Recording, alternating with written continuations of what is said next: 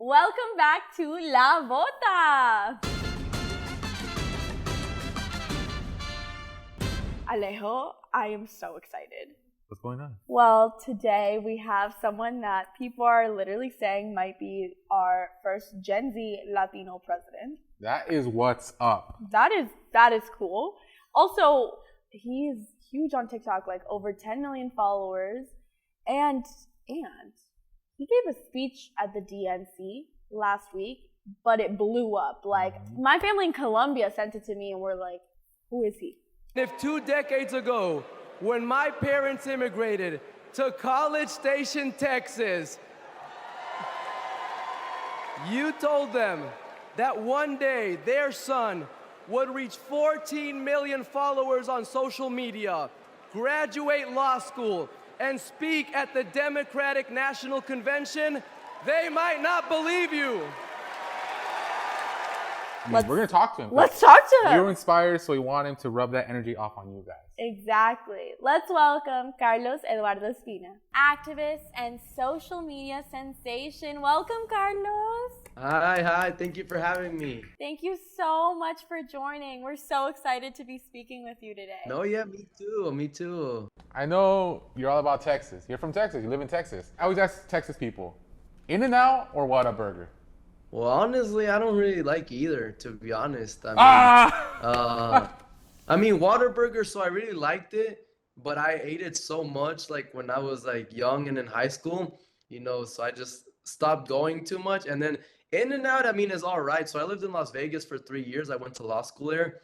And the first time I went to In-N-Out, I was like, because of this whole thing, I was like, oh, this is going to be amazing. And I mean, it was good, but it also wasn't like, oh, this is like life-changing. So if I had to choose, probably Whataburger. But like I said, I don't go there too much either anymore. You got burnt out on that. You're like, burnt I'm out good. on Like, Whataburger. Yeah. But so you mentioned you went to law school in Las Vegas.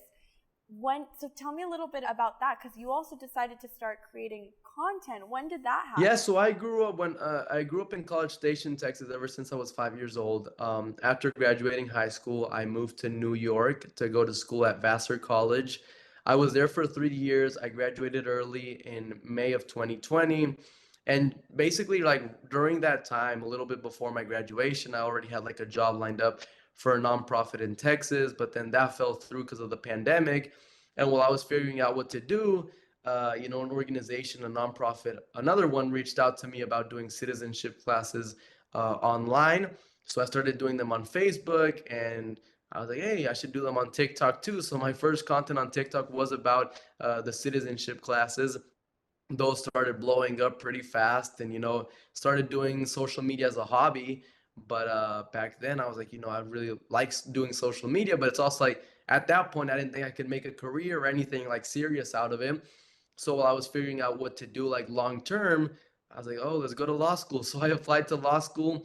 I got a scholarship to go to the University of Nevada in Las Vegas. And while in law school, that's when I started really like blowing up a lot more on social media. And I was like, well, I'm already in law school. I can't drop out now. That would look really bad. And plus, like, I have to take advantage of this opportunity. So I found a way to balance both. And yeah, I graduated this May and I'm still making content. So I think it worked out.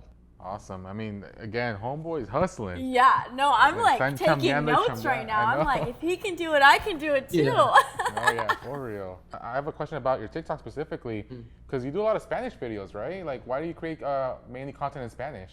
I don't even know. I just kind of I just felt natural. So like I said, when I started social media, it was kind of like, I'm just going to share what I'm already doing. There's already a lot of people putting stuff out there in English.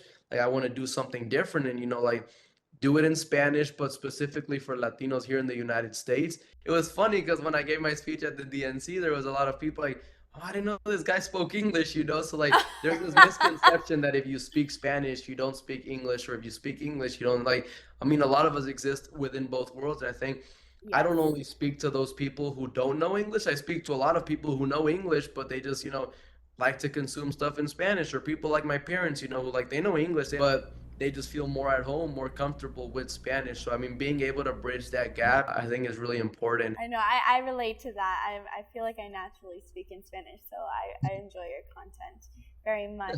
And we actually read somewhere that 20 million people watched the DNC, but content creators specifically brought in 55 million views. Do you think social media is the future for this election and just in general for politics down the road? Yeah, no, I mean that's what I was actually looking at today. So it's funny because Telemundo, they uploaded my speech before I did because obviously I was speaking and then doing everything after. So like on their social media, on just TikTok alone, it has 7.5 million views or something like that. It's been shared I don't know how many times, and then also they shared it on Instagram, and I was like, that's awesome. So I reshared it too. I was stressed about like having the subtitle and everything myself, and then I'm like, oh, Telemundo already did it for me. So like that was Thank really you so awesome. much. And then to your question of how this relates to the election, I think more and more people are getting their information from social media, which is a good or bad thing, depending how you look at it. But it's the reality that we can't avoid. And I think the Democratic Party realized that, and that's why they invited so many of us, quote unquote, content creators and influencers, whatever you want to call us, to be there. And I think that was a really a smart move on their part, honestly. And during your speech, you said to be pro-immigrant is to be pro-America. Reagan knew that welcoming immigrants is not a Democratic or a Republican value, it is an American value. To be pro-immigrant is to be pro-America. What do you think is the biggest problem facing immigrants this election year? I feel like the narrative has just been allowed to shift so far to one extreme to the point where even like, progressives and Democrats are like adopting a lot of these talking points. I think there is serious conversations to be had about like what's going on at the border or, like border security, all these kinds of stuff.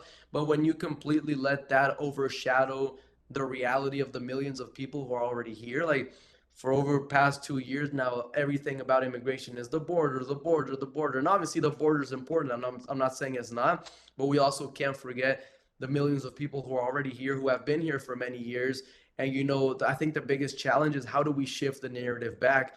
Not only push back against, this hateful anti-immigrant rhetoric, but propose a counter narrative that paints immigrants for what they truly are: good people who pay taxes, who contribute, who in their vast majority don't have a criminal record, don't have anything, I mean, it's just positives all around for the country. So how do we move back to that? And I pulled out that Ronald Reagan quote, which was actually quite interesting because I was like, Ronald Reagan is not someone who I really agree with on a lot of stuff. But even then, you look at Republicans previous in the past, their stances on immigration were night and day compared to what we're seeing right now. So like, it's crazy to think that like Ronald Reagan was more pro-immigrant than some Democrats nowadays. Like one thing we have to accept, and especially when we say, the United States is the greatest country on earth, as long as you are the quote unquote greatest country on earth, people are going to want to come here. Then that's not a bad thing. Why do people want to come to the United States instead of going to China or Russia? Because the United States is what it is.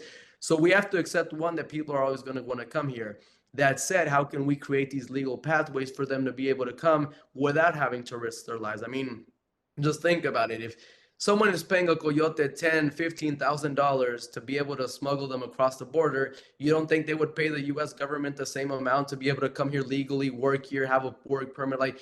So why don't we look at those solutions that will actually reduce the number of people at the border? So I agree with all parties that what's going on the border right now is a real problem and we can't ignore it. I just think the solutions I propose, which I find to be the most logical, are very different than anything else that's being proposed. I mean, instead of, taking this immigrant, super hard line, deport everyone approach, like, okay, how can we open up, channels, legal channels that are accessible, that are good for the United States, that are good for immigrants, that are good for everyone involved? And that's what I want to shift the narrative back towards: the issues, not the problems, instead of the solutions that, each side is proposing. Thank you for the. Yeah. I mean, I know that's only scratching the surface, but I appreciate that. We really appreciate breakdown. that. I'm like, I want to hear more. Like, this is fascinating to me. These sound like solutions I can happily get behind. Break it down for me, because I'm not that, in it. But if you explain it like that, I think then more people would actually, oh, that is a valid point. Yeah. I have to ask, what are your aspirations for the future? I mean, anything in the realm of politics? I see the comments. I know people are always well, that's the whole thing. People so it's funny because every time that happens, people have this whole argument of whether I can run for president or not. It's actually funny. So obviously I want to be involved in politics. Like, I think it's cool being able to speak at the DNC and meet with politicians. but like, you can have a seat in the room from like a community perspective, and like, when you have that power behind you, then instead of like, because the other thing is too, like once you actually go into, a position or you run for something and you like affiliate with like a party, like, hard line and everything, a lot of times, you maybe aren't able to speak as much as you want to, or you have to like, a lot of the work that I care about is not necessarily what's always being talked about, in Congress, that kind of stuff. So it is difficult, and obviously that takes away time from what you really care about, which is doing that community help. So I mean, I don't want to say no, because you never know what can happen. I think the pandemic, Right. if 5 years ago you asked me, do you ever think you're going to be a content creator? I'd be like, no, that's really stupid. But now I'm a content creator, so like, you never know. But at the same time, what I really enjoy is like working with people, and spending that time in the community. Yeah. Nice. Well, Carlos, I mean, we appreciate the time, and we can keep going on and on, but Yeah. we appreciate the breakdowns you gave us throughout this this call. And obviously, we want to send people your way and show you love, and check out what you're doing. Do you mind plugging your socials? Follow me on Twitter and then all the other platforms. Carlos Eduardo Espina. Carlos Eduardo Espina. Claps, claps, claps, claps, claps, claps, claps. Vote November 8th. Thank you so much, Carlos, for joining us. We really appreciate it. Oh, yeah. I think it's November 5th, right? Is that the election? Oh my gosh, I messed up the Yeah, because Let's see, Wait, look. November Carlos 8th here. was last time. Yeah. November 8th was last time. Vote November 5th. Shout out Carlos. Shout out Thank you so Carlos much again. We for appreciate it. fact checking me and my dates.